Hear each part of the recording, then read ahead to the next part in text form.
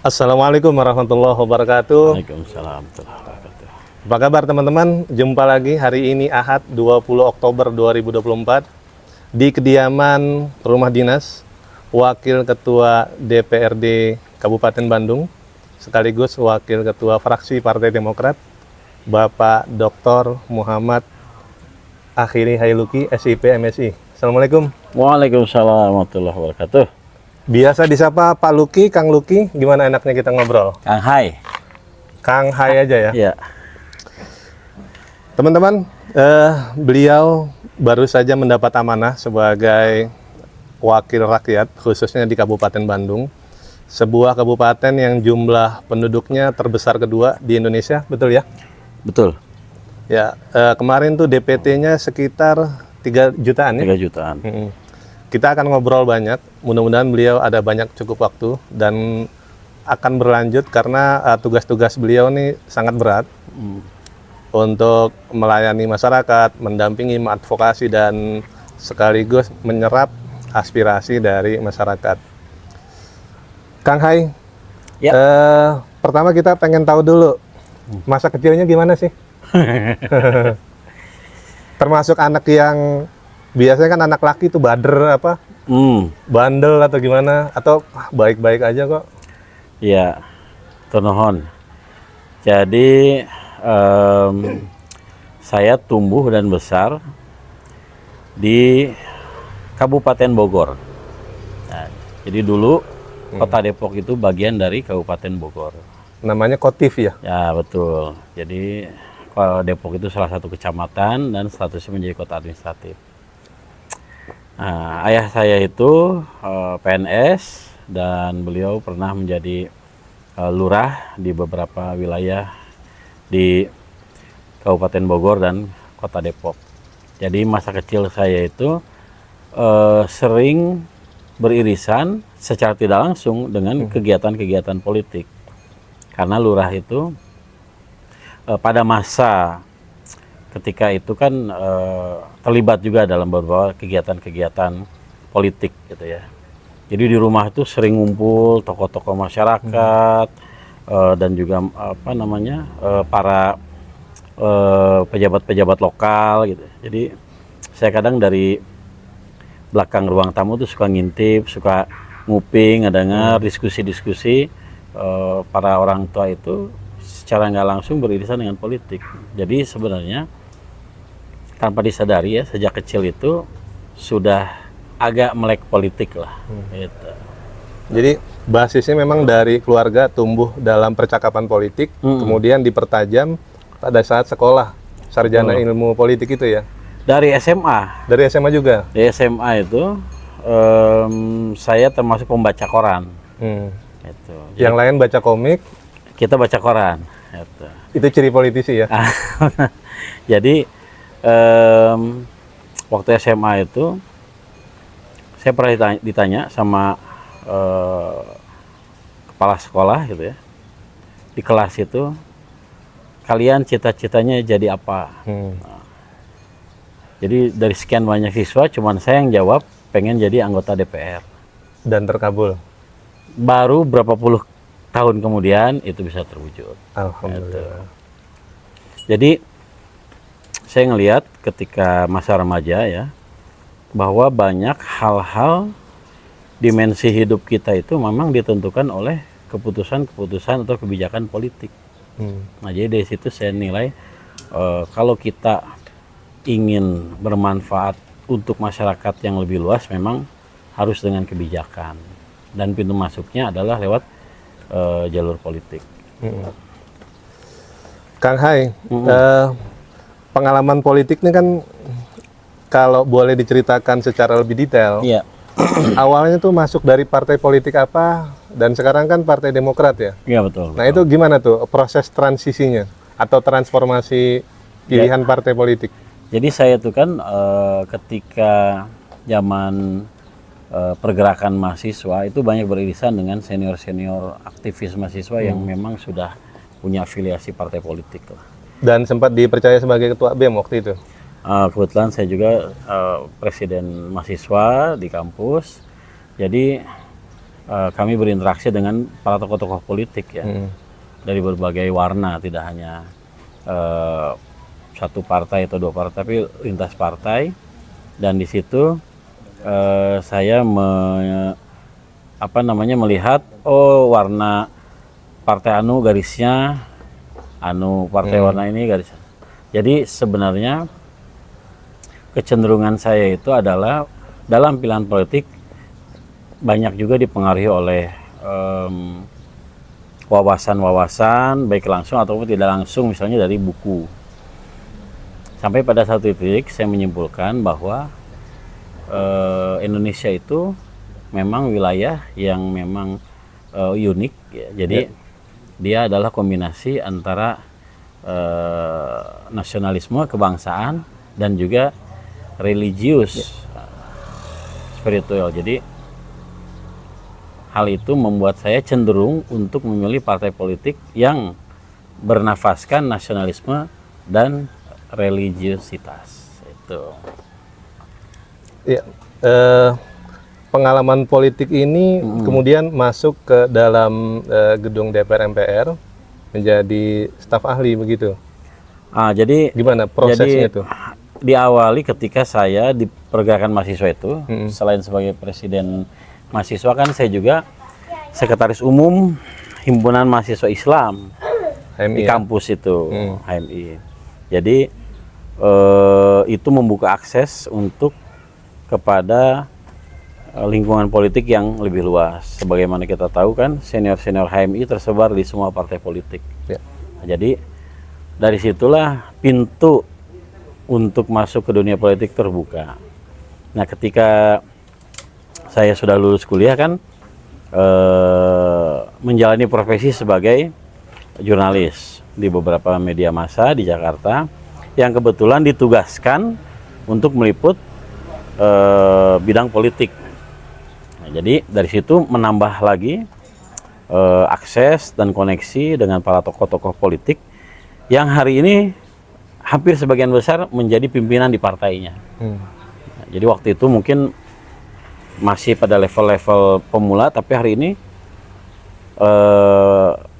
mereka-mereka sudah menjadi pimpinan di partai politiknya masing-masing. Misalnya seperti kalau di PKB itu ada Caimin, terus kemudian di Golkar masih ketika itu ada almarhum Bang Ferry Mursidan Baldan gitu ya. Di PDIP ketika itu Mas Hasto itu masih pengurus biasa, sekarang sudah menjadi sekretaris jenderal. Kemudian di partai-partai lainnya di PAN, PKS itu.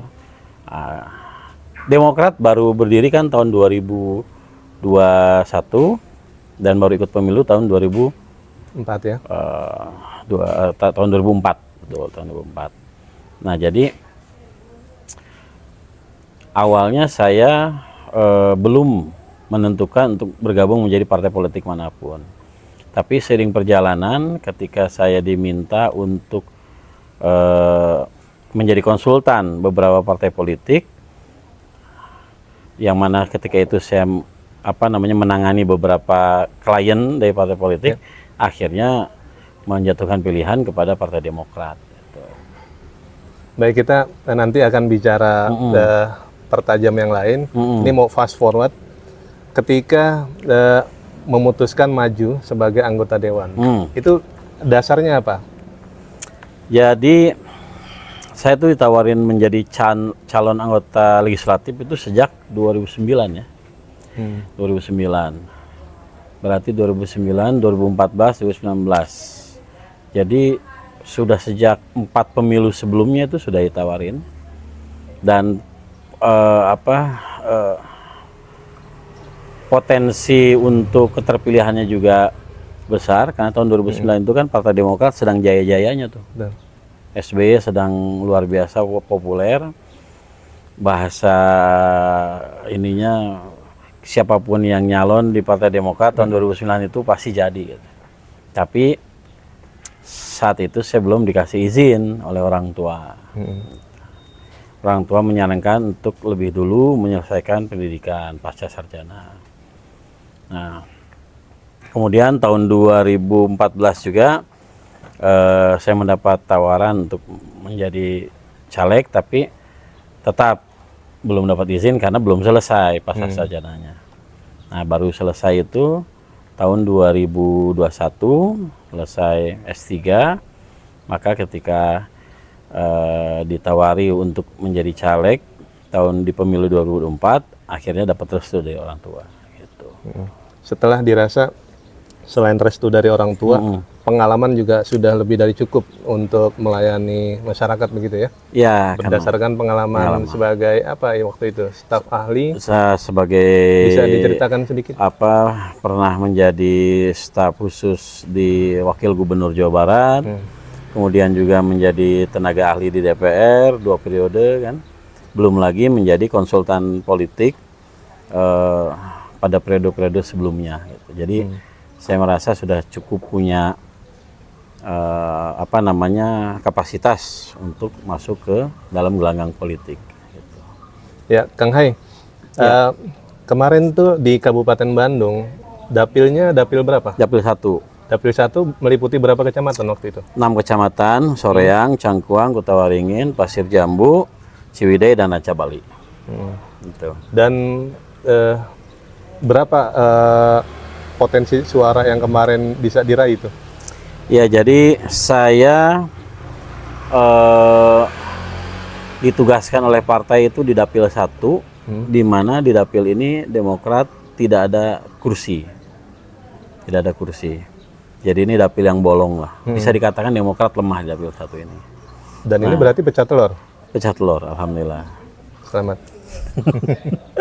Jadi tugas yang berat dari partai, saya diberi kepercayaan untuk di nomor 1 karena saya secara kepengurusan itu berada di provinsi dan juga pengabdian partai. Saya bergabung dengan Demokrat sejak tahun 2010, jadi sudah lumayan lama sehingga diberikan kepercayaan nomor 1, nomor 1. Nah, dari situ ketika saya ditugaskan di dapil 1, maka saya melihat karakteristik di dapil 1 itu 60% adalah pemilihnya berkarakter urban, perkotaan, 40% itu di pegunungan.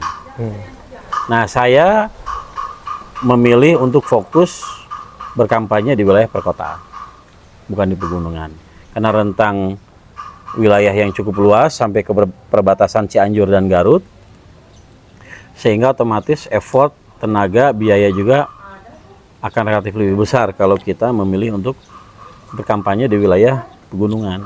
Jadi saya memilih untuk berkampanye di wilayah perkotaan yang dekat dengan arah perbatasan ke wilayah Kota Bandung, yaitu Soreang, Kutawaringin, Cangkuang,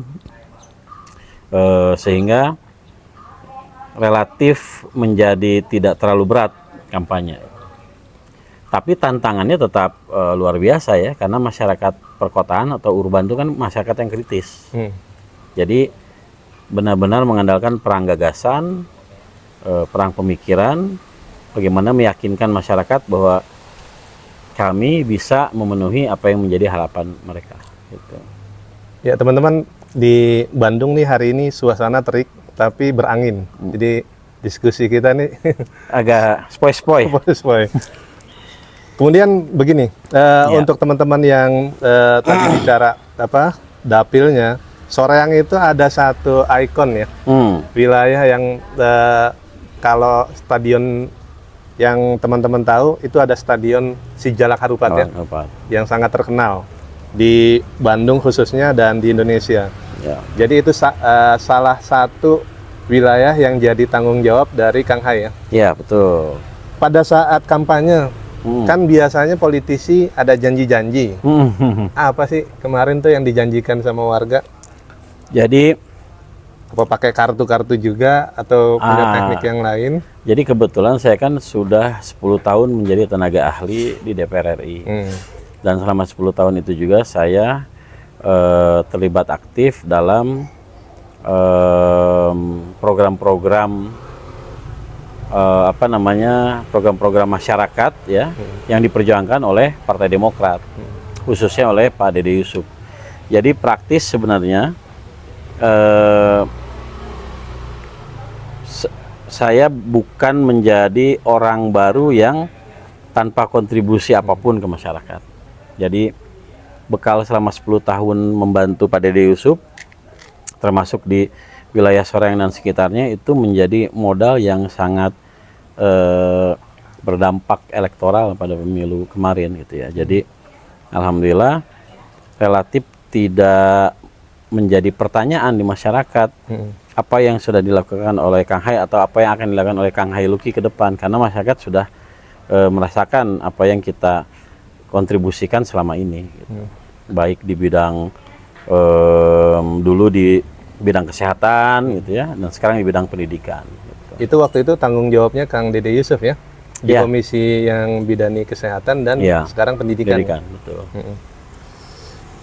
Dari pengalaman ketemu dengan masyarakat, Iya. terjun langsung, itu ngelihat dari jarak yang amat dekat, apa sih yang dirasakan oleh seorang Kang Hai itu?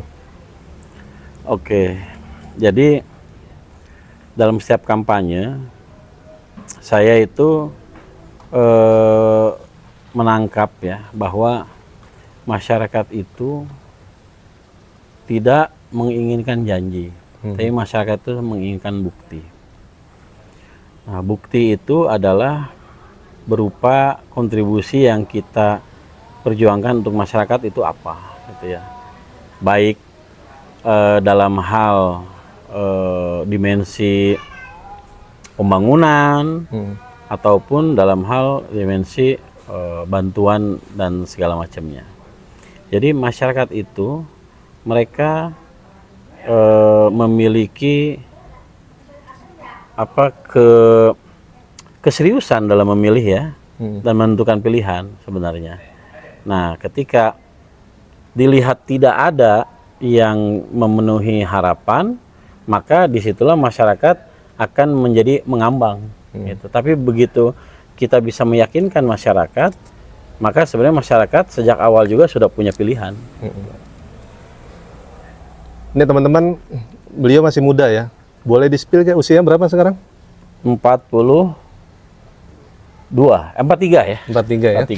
43. 43, tanggung jawabnya udah sangat besar. Wakil Ketua DPRD, Ya, betul. Wakil Ketua fraksi juga. Betul. Boleh dibagi nggak ke teman-teman? Apa sih tugas anggota dewan itu? Iya. Apalagi ada tambahan tugas sebagai wakil. Jadi wakil ketua atau pimpinan DPRD itu tugasnya ya memimpin DPRD. Memimpin rapat. Nah, DPRD itu kan lembaga kolektif. Ada 55 anggota dan ini dikoordinir oleh 4 pimpinan. Dari partai apa aja selain Demokrat? Jadi ketua itu dari PKB, wakil ketua ada 3 orang dari Golkar, PKS, dan Demokrat. Nah, kami berempat ini berbagi tugas memimpin 55 anggota dewan. Nah, Berapa komisi? ada 4 komisi. 4. Komisi Ada apa 4 aja? komisi dan ada 4 badan. Nah, kita berbagi tugas di situ untuk mengkoordinir kawan-kawan yang mana kita fungsinya adalah sebagai bagian dari pemerintah daerah. DPRD itu bagian dari pemerintah daerah. Namun kita memiliki hak-hak yang melekat, yaitu hak menentukan anggaran APBD, hak melakukan pengawasan kepada satuan-satuan kerja, dalam hal ini dinas-dinas gitu ya, dan juga hak untuk membuat regulasi peraturan daerah Perda.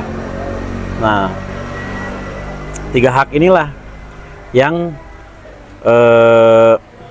tidak dimiliki oleh lembaga lain di pemerintahan daerah gitu ya. Jadi ketika dalam hak anggaran budgeting itu semua usulan program-program kepala daerah, dalam hal ini bupati, ya harus mendapat persetujuan dari DPRD.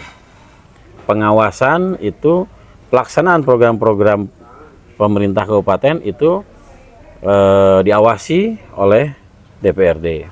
Apakah layak dilanjutkan, apakah sesuai dengan perencanaan atau tidak, gitu kan.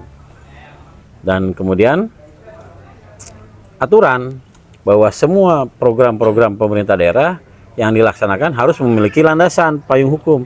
Nah, payung hukum ini berupa perda yang dibuat juga oleh DPRD. Gitu. Kita mau detailin, tapi mau tahu dulu bagaimana sih cara Kang Luki, Kang Hai menggambarkan Bandung Raya nih ya. Begitu disebut nama Bandung, apa sih yang tergambar tuh? Kan Bandung Raya itu terdiri dari Kabupaten Bandung, Kota Bandung, Kota Cimahi, dan Bandung Barat. Ya. Dulu semuanya bergabung menjadi satu, yaitu Kabupaten Bandung. Seiring waktu kan pemekaran.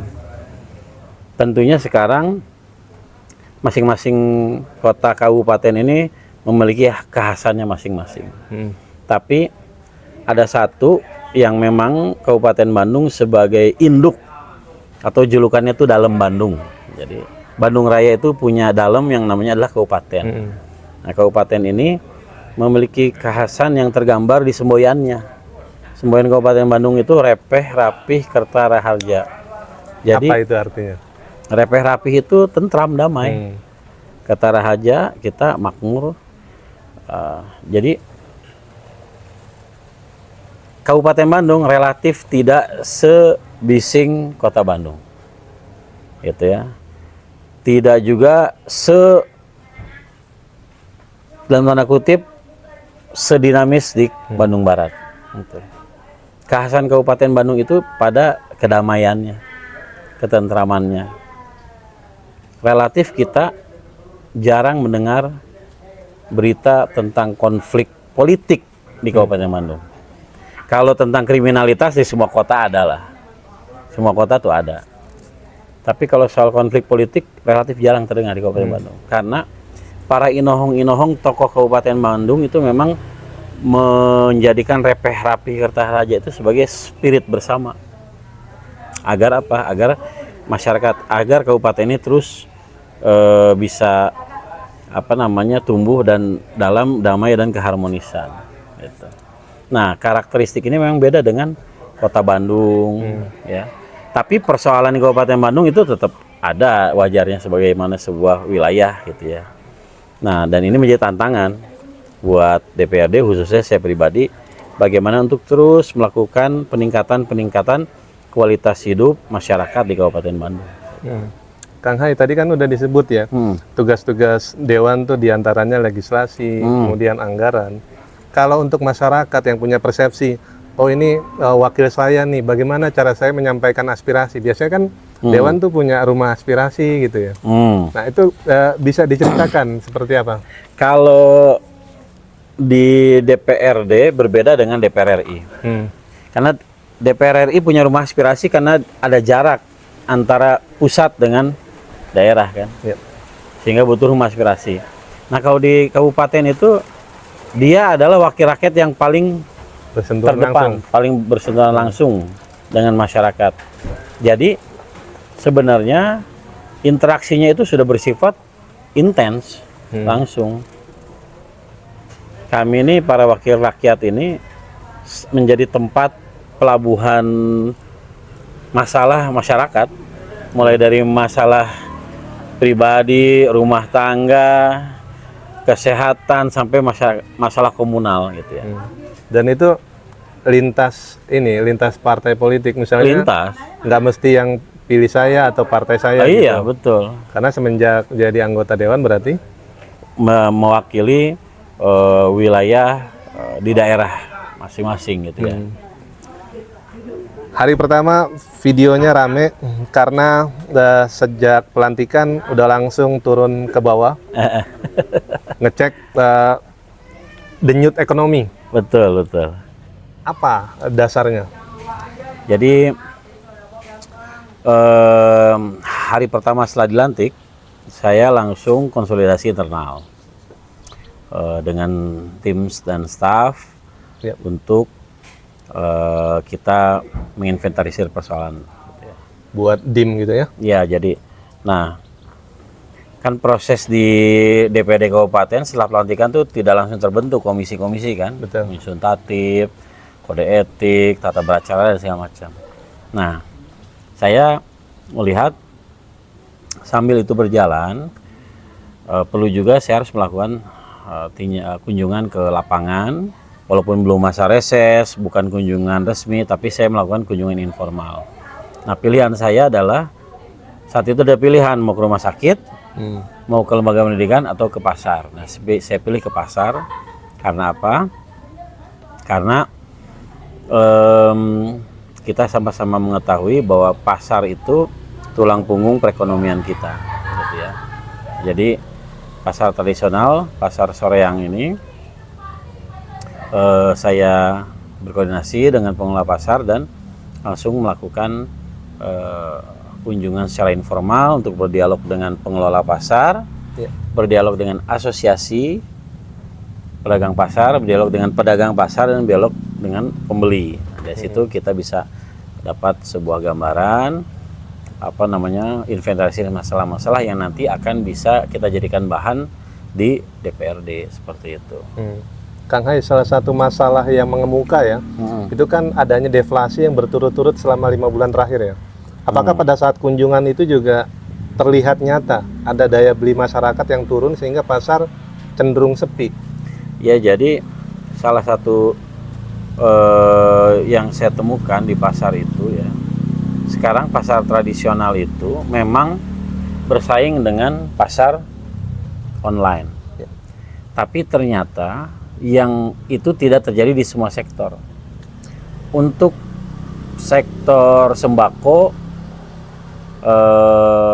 apa istilahnya kalau sana tuh pasar basah ya, sembako, lauk pauk, sayur segala macam, itu mereka eksis. Mereka bisa survive, bahkan transaksinya juga bagus ya, karena itu memang kebutuhan pokok ya. Hanya yang perlu disupport adalah terkait dengan transaksi digitalnya. Nah, ini yang mereka sedang proses bagaimana supaya dalam transaksi tidak harus dengan uang cash, bisa juga pakai e-money atau pakai QRIS. Nah, yang terdampak oleh keberadaan pasar online itu adalah di sektor kering. Kalau di pasar itu istilahnya, bukan di wilayah basahan. Kering itu maksudnya yang jual pakaian gitu, baju, sepatu ya, fashion. Nah, ini yang sangat terdampak gitu.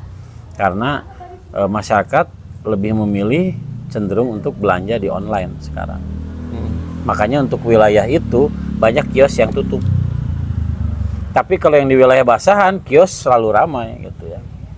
Nah, itu menjadi tantangan, dan saya tadi memberi masukan kepada pedagang pasar yang non basahan atau yang keringan itu, baju, sepatu, tas, dan segala macam itu memang harus dikasih sentuhan marketing secara digital. Bagaimana mereka supaya tokonya tetap buka tapi tidak pasif menunggu pembeli, mereka juga bisa melakukan live shop gitu ya, lewat berbagai aplikasi medsos yang ada saat ini gitu. Nah, mereka butuh edukasi di situ, di samping juga butuh edukasi tentang transaksi digital seperti itu. Sebagai kader Demokrat nih, yang udah hampir 2 dekade ya. Ya. Bagaimana Kang Hai menggambarkan sosok Pak SBY? Itu kan beliau belakangan muncul lagi, apalagi saya kalau ngelihat pada saat beliau diundang oleh Pak Gita Wirjawan, sempat saya bikin konten itu, karena ada kalimat-kalimat beliau itu yang bisa kita pelajari. Biar bagaimanapun beliau Presiden RI ke-6 selama 2 dekade, punya banyak peran dalam menggerakkan Indonesia lebih maju ke depan. Dan salah satu legasinya adalah IMF lunas. Jadi selama masa kampanye kemarin ya, yang saya jual itu adalah program-program SBY. Jadi legasi-legasi SBY yang saat itu dibuat oleh beliau dan masih dipertahankan sampai sekarang, itu yang saya sampaikan ke masyarakat. Apa aja legasi SBY itu? BLT, ya kan? Bansos, kemudian beasiswa pelajar, BPJS kesehatan. Jadi ini semua kan legasi SBY yang dilanjutkan oleh Presiden Jokowi, dipertahankan bahkan ditingkatkan oleh Presiden Jokowi. Jadi praktis selama kampanye kemarin itu ya saya menyampaikan ke masyarakat bahwa Partai Demokrat akan memperjuangkan supaya program-program SB ini terus dipertahankan. Bahkan kalau bisa ditambah supaya semakin banyak masyarakat yang bisa menikmati manfaatnya. Gitu. Ada teman-teman yang bilang, Bang, gue pusing bahas politik mulu. Sekarang saya mau tanya nih, di Bandung makanannya sukanya apa sih? Di Bandung tuh semua makanan enak. Enak ya? Tapi yang bikin lebih enak makan sama siapa? Oh, Itu. kata-kata luar biasa nih. Paling enak itu makan dengan orang-orang yang kita sayangi. Jadi apapun makanannya pasti terasa enak. Gitu. Nggak ada makanan yang nggak enak di Bandung. Semuanya enak. Tapi akan lebih enak kalau kita makan sama orang yang kita sayangin. Gitu. Sempat viral, ada 5 juta views dari lagu-lagu yang diciptakan. Itu kok gimana? Yang lain pada sibuk kampanye, terus dia pusing, ini bakal kepilih nggak ya? Tapi dengan Kang Hai nih, gue punya program cakep, tapi santai juga bikin lagu dan sukses. Itu gimana ceritanya waktu itu? Iya, jadi saya kan memang punya hobi terkubur ya, bukan terpendam lagi, terkubur, yaitu ngeband atau main musik. Karena saya dari SD oleh orang tua dikursuskan untuk berlatih musik. Jadi ketika berkampanye bukannya saya juga santai-santai aja, tidak. Tapi bagaimana menjaga keseimbangan pikiran, perasaan, dan kita supaya tetap rileks agar bisa jernih dalam mengambil langkah itu, salah satunya terapi musik. Nah, apa nama bandnya? Dixie Band. Dixie Band. Jadi ketika itulah bakat terkubur tadi muncul lagi tuh. Jadi kembali lagi main instrumen, bikin lagu, sampai akhirnya kita seriusin menjadi melahirkan single, bikin band, dan sekarang kurang lebih sudah ada 50 lagu yang 40 lagu sudah proses, 30 lagu sudah publish di berbagai digital music store, 10 lagu sedang proses recording dan mastering, 10 lagu lagi sedang proses seleksi materi. Gitu. Kalau teman-teman pengen tahu lagu yang hitsnya boleh dinyanyiin dong.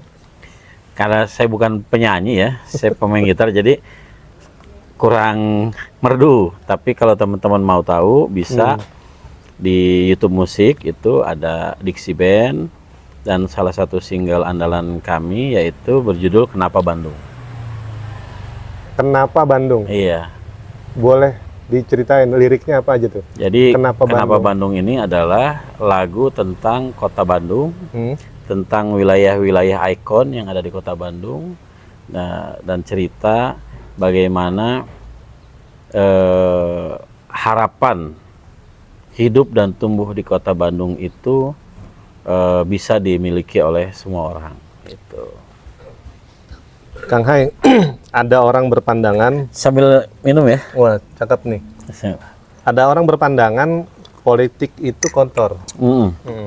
Dari sudut pandang Kang Hai, seperti apa melihatnya yang udah menggeluti lebih dari 2 dekade? Jadi sama seperti bidang lainnya,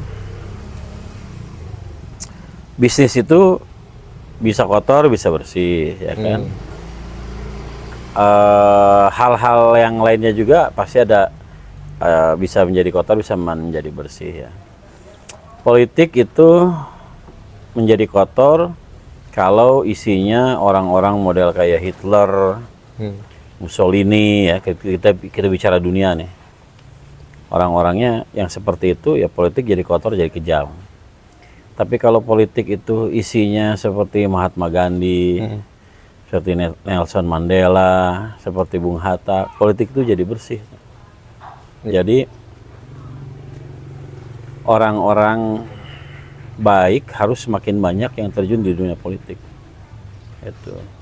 Indonesia ini banyak tokoh bangsa, pendiri bangsa, Ya. dan ulama yang negarawan yang ulama. Ya. Dari sekian banyak itu, diantaranya Kang Hai biasa baca buku yang mana? Dan terobsesi dengan tokoh siapa?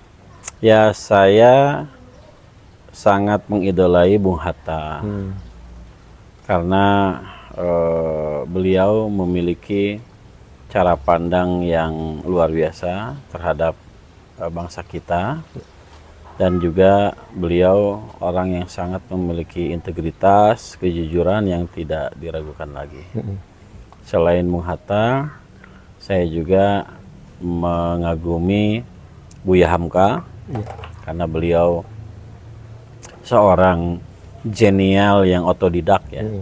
Kalau Bung Hatta itu tokoh yang menjalani pendidikan formal. Kalau Buya Hamka tuh tidak pernah menjalani pendidikan formal, tapi beliau sangat jenius dan memiliki wisdom yang sangat luar biasa. Menjadi ketua umum pertama Majelis Ulama Indonesia dan bisa mengayomi berbagai keragaman hasanah Islam di Indonesia itu ya. Dan hari ini saya mengagumi Abah Maulana Habib Lutfi karena beliau juga selain sebagai presiden Sufi dunia, dan juga beliau salah satu ulama yang tidak lelah untuk bagaimana menjaga kerukunan di antara umat beragama di Indonesia. Kang Hai, nyambung ke yang tadi, menggambarkan Islam sebagai agama yang rahmatan lil alamin, yang moderat, yang mengayomi semua tuh. Dalam bidangnya di politisi itu seperti apa? Jadi nilai-nilai Islam yang saya anut gitu ya, itu tidak cukup hanya dijadikan konsumsi pribadi, kan dia harus termanifestasikan dalam gerakan perjuangan politik gitu ya. Nah, rahmat atau maslahat untuk umat, untuk masyarakat itu menjadi prinsip. Jadi dalam perjuangan politik itu kita harus benar-benar membuat kebijakan yang betul-betul pro kepada masyarakat, gitu ya. Ada yang mendikotomikan kalau pro ke masyarakat berarti tidak pro kepada yang lainnya. Dalam hal ini apakah pemilik modal atau kepada negara. Itu saya nggak sepakat, karena kalau kita pro ke masyarakat ya, pasti dia akan juga berimbang dengan sisi-sisi lainnya. Karena apa? Karena masyarakat itu dia pemilik kedaulatan. Ketika kita tidak mengutamakan masyarakat dalam dasar pembuatan kebijakan, pasti kebijakan itu tidak akan berlangsung lama, nggak akan sustain, nggak akan langgeng. Karena yang diperjuangkan hanya kepentingan. Nah, kalau kita menjadikan kemaslahatan, keberpihakan kepada masyarakat sebagai dasar dalam membuat kebijakan, pasti kebijakan itu akan sustain. Pasti akan bisa bertahan secara dalam periode yang lama. Contohnya bansos, subsidi. Itu pasti untuk jangka waktu yang lama itu bisa terus dipertahankan, dijalankan. Tinggal ditingkatkan atau dimodifikasi. Tapi kalau kebijakan misalnya yang sifatnya berpihak kepada kelompok tertentu saja, nggak akan lama. Akan melahirkan pertentangan dari masyarakat. Sehingga akhirnya dipersepsikan bahwa politik itu kotor, politik itu ada kepentingan dengan pihak-pihak tertentu. Nah, buat saya, itulah manifestasi dari nilai-nilai Islam yang diperjuangkan dalam politik. Gitu. Bicara tentang mimpi nih, ini di tahun pertama, nanti insya Allah akan ada sampai 5 tahun berikutnya. Mimpi apa yang dibayangkan di 5 tahun itu sudah mencapai apa aja tuh untuk masyarakat, sudah berbuat apa aja untuk masyarakat. Saya kepengen masyarakat sudah bisa begini, sudah dapat begini. Ya, Nah, seperti apa mimpinya dari Kang Hai? jadi seperti janji kampanye saya kemarin itu kan, saya ingin memfokuskan perjuangan itu kepada pembangunan manusia. Jadi human capitalnya. Ya, jadi human capital ini yang harus kita tingkatkan, gimana agar masyarakat di Kabupaten Bandung indeks pembangunan manusianya menjadi lebih baik. Lulusan sekolah atau angka partisipasi pendidikan di Kabupaten Bandung ini rata-rata SMP. Belum lulus SMA rata-rata. Jadi mayoritas, bukannya belum lulus ya, koreksi. Mayoritas penduduk Kabupaten Bandung itu tingkat pendidikannya SMP.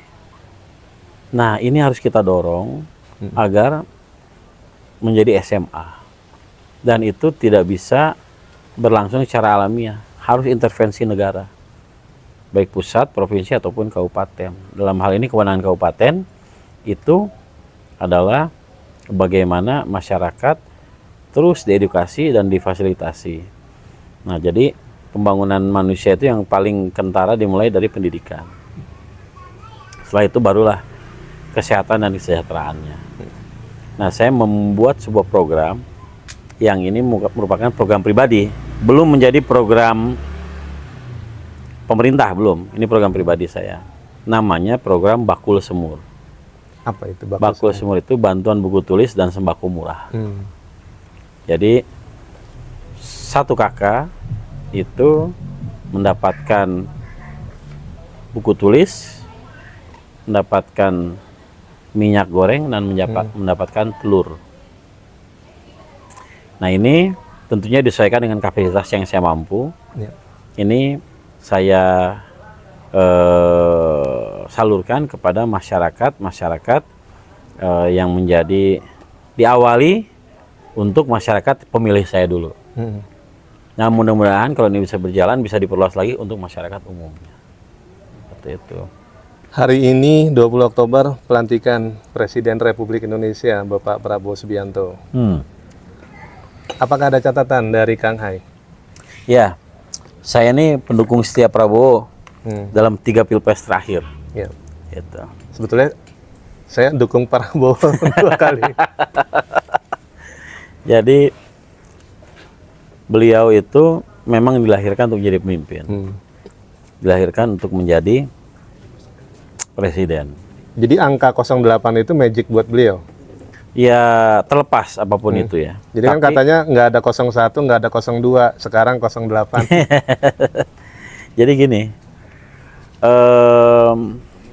ayah Prabowo, Profesor Sumitro itu murid Bung Hatta. Kakek dari Prabowo, Profesor Margono, itu sahabat Bung Hatta. Jadi, dan Bung Hatta itu tokoh idola saya. Jadi saya punya ikatan emosional ideologis dengan Prabowo itu. Karena beliau anak dari murid Bung Hatta, cucu dari sahabat Bung Hatta. Dan saya yakin beliau mewarisi nilai-nilai yang dianut oleh Profesor Margono dan Profesor Sumitro. Seperti itu. Nah, ketika beliau sekarang ditakdirkan menjadi Presiden Republik Indonesia, saya yakin beliau akan mampu mengembalikan Indonesia kembali menjadi macan Asia. Karena apa? Beliau itu sudah merasakan pahit getirnya hidup. Beliau sebagai militer sudah merasakan berbagai macam operasi. Sebagai sipil, beliau sudah merasakan bagaimana membangun partai dari nol sampai menjadi besar. Sebagai pebisnis, beliau juga sudah menjalani jatuh bangun usaha-usahanya. Nah, ini tuh pasti membentuk yang namanya wisdom, membentuk yang namanya kematangan. Dan pengambilan keputusan-keputusan pasti akan dilakukan secara lebih matang dan terukur. Apalagi beliau memilih untuk merangkul semua kekuatan. Karena tantangan yang besar, baik di secara global maupun kawasan, tantangan yang dihadapi itu cukup tinggi, dan di situ dibutuhkan kebersamaan dari semua anak bangsa untuk bisa membuat kapal besar Indonesia ini untuk menjadi negara maju. Yang mana pondasinya, roadmapnya itu sudah ada. Dan nahkoda baru ini, Presiden Prabowo, saya optimis akan bisa membawa kita menjadi Indonesia yang maju. Kita sudah masuk G20, ya, kita pemilik capital market mungkin 5 besar di dunia, ya kan. Nah, dengan arah kebijakan serta kebersamaan yang dibangun oleh Presiden Prabowo, saya optimis ya. Karena apa? Karena beliau memiliki ketulusan untuk mendharma baktikan sisa hidupnya untuk bangsa dan negara. Nah, itu menurut saya sebuah kekuatan yang nanti akan dijalankan dalam pemerintahan. Gitu. Jadi bahasa sederhananya gini, Presiden Prabowo tidak akan terlibat dalam konflik kepentingan, saya yakin. Karena dia sudah bilang ingin mendharma baktikan sisa hidupnya untuk bangsa dan negara. Artinya kepentingan pribadi kelompok itu akan dipinggirkan. Gitu. Baik, Kang Hai, pertanyaan terakhir. Setelah jadi anggota dewan, main bola masih? Udah nggak? Udah nggak? Udah nggak. Atau diganti dengan olahraga yang lain? Ya, jadi olahraga yang dilakukan saat ini tinggal fitness saja. Itu pun juga belum bisa rutin ya. Tapi saya meniatkan supaya bisa olahraga rutin. Dan yang paling memungkinkan untuk saat ini adalah fitness ya. Karena minim resiko. Kalau sepak bola resiko tinggi, umur pula ya. Resiko tinggi. Dan sebenarnya bukan karena faktor umum ya, tapi karena faktor ritme, gitu, yang nggak cocok untuk olahraga itu. Saya waktu kita bertanding, saya masih pengen balas karena waktu itu jadi kiper kebobolan sama Kang Hai. Jadi kepengen ada rematch. Mudah-mudahan ada terwujud nanti.